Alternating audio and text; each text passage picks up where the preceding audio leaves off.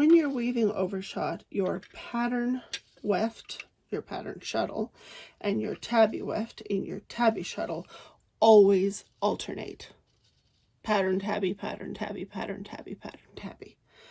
Which means one is always following the other. It doesn't really matter which one leads and which one follows.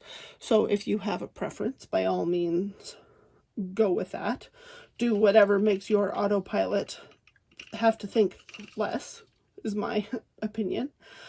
I personally prefer to lead with the pattern and follow with the tabby. So since my two shuttles are on the same side, the pattern has to go next so that the tabby can follow it. If the tabby went first, the pattern would follow it, and that's not what I'm doing. So the pattern goes next. And my next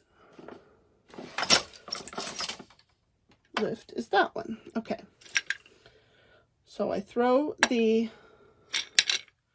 pattern from left to right, and then I step on the next tabby shed.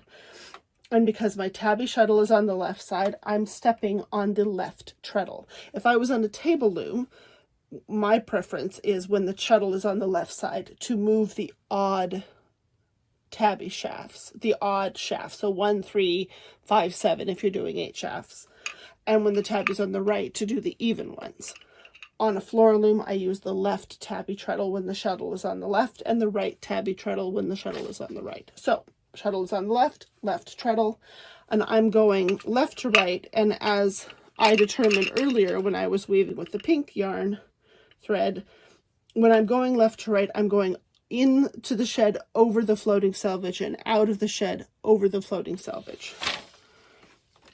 So there's my tabby pick. The next pick is a pattern pick. So this is going to be one of the 4 twill treadles.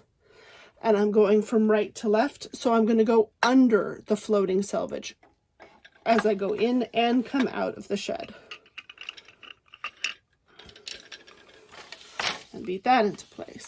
Now the tabby shuttle is on the right, so I'm going to step on the tabby treadle that's on the right. It's not on the right of all of my treadles, but it's on the right of the other tabby treadle. Throw the left and beat. Then the next pattern shed. Go over both floating selvages because I'm going left to right. Throw the next tabby. And since I had set this up so that when the tabby is on the right, I step on the right tabby treadle, and when the tabby is on the left, I step on the left tabby treadle, I don't have to think about which tabby comes next. I have woven enough overshot that that task is delegated to my autopilot. Now that was the wrong pattern pick. I can see that the diagonal lines, I don't know if you can notice from this distance, but the diagonal lines don't match up as they should. So that was the wrong thing. And I need to put a different treadle. There's the right one. It's hard to keep your place in the pattern when you're talking and weaving slowly. So I'm just going to weave at speed for a little while, and all I'm doing right now is going across the twill treadles in order from left to right. So if I call the tabby treadles A and B, and I number the twill treadles 1, 2, 3, 4, I'm just going 1, 2, 3, 4, 1, 2, 3, 4, 1, 2, 3, 4, while always alternating with the 2 tabby treadles and the tabby weft. So that was 2, so now I need 3.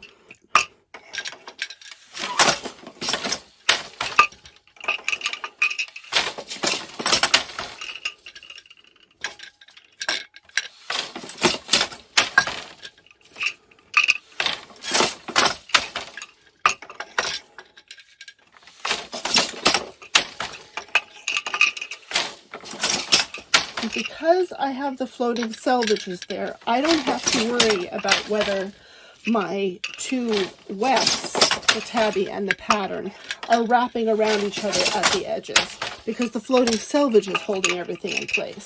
If I didn't have the floating selvages, I would need to worry about it. I'd need to check and make sure that they were wrapping around each other properly so that the weft was caught all the way out to the edge as far as it should be.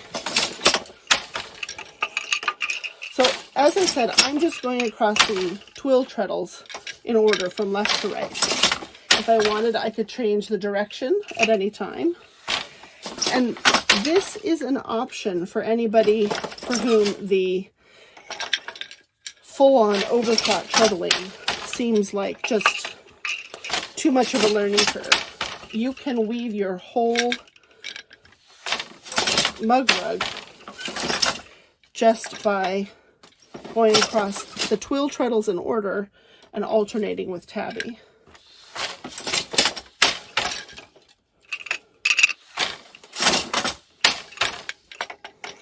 So that's what it looks like to weave with 2 shuttles alternating, as long as you have a floating selvage to anchor the wefts at the edges.